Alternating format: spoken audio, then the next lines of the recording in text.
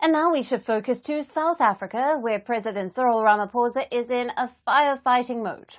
After angering his coalition partner for calling Russia a valuable ally, the South African president has now taken a U-turn on his stance and is trying to assure his neutrality on the Russia-Ukraine war.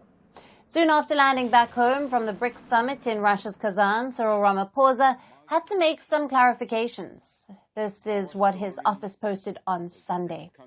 Now, in declaring President Putin and the people of Russia as valuable friends and allies, President Ramaphosa was not projecting any particular country or bloc of countries as the enemy. It is through the policy of non-alignment that South Africa has been able to constructively engage with both Russia and Ukraine. Now, these comments come after Ramaphosa met his Russian counterpart Vladimir Putin on the sidelines of the BRICS summit in Kazan last week. Ramaphosa called Russia a valuable ally and friend. During the summit, the two leaders shared some light-hearted moments, with several gestures representing close ties between the two leaders. However, back home, Ramaphosa's coalition partners were frowning upon these gestures. Ramaphosa's African National Congress, or the ANC's biggest alliance partner, the Democratic Alliance, or the DA, went all out in its criticism for his Russian stance. The party leader issued a statement, and this is what its title was. Putin is your ally, Mr. President, not South Africa's. In the statement, the DA leader, John Steenhuisen, clearly said that his party is distancing itself from Ramaphosa's comments.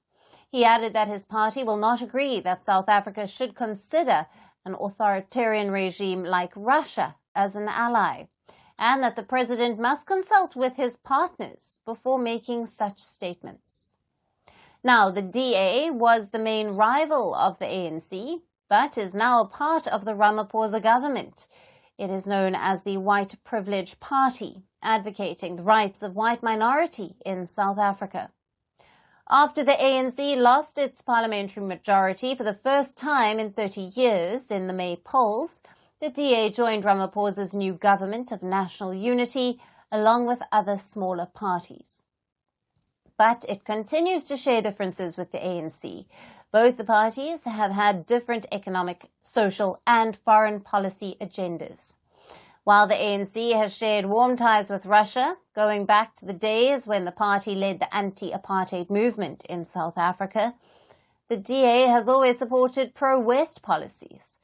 The ANC-led government has so far not condemned Russia's invasion of Ukraine and has abstained from the UN resolutions.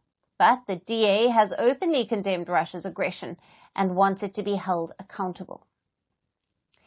Now, in his latest statement, Ramaphosa said that South Africa has maintained its strong historical ties with Russia, while also enjoying cordial diplomatic bilateral relations with Ukraine.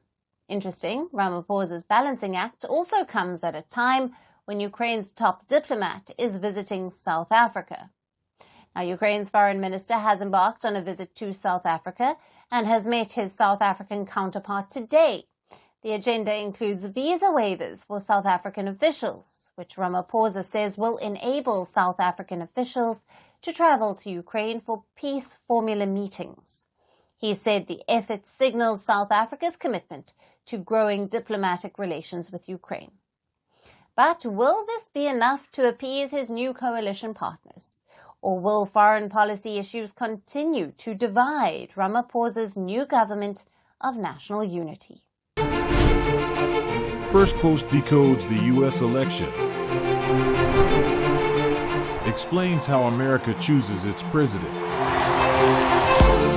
your primer on the race to the White House, everything you need to know about how America votes and its global implications.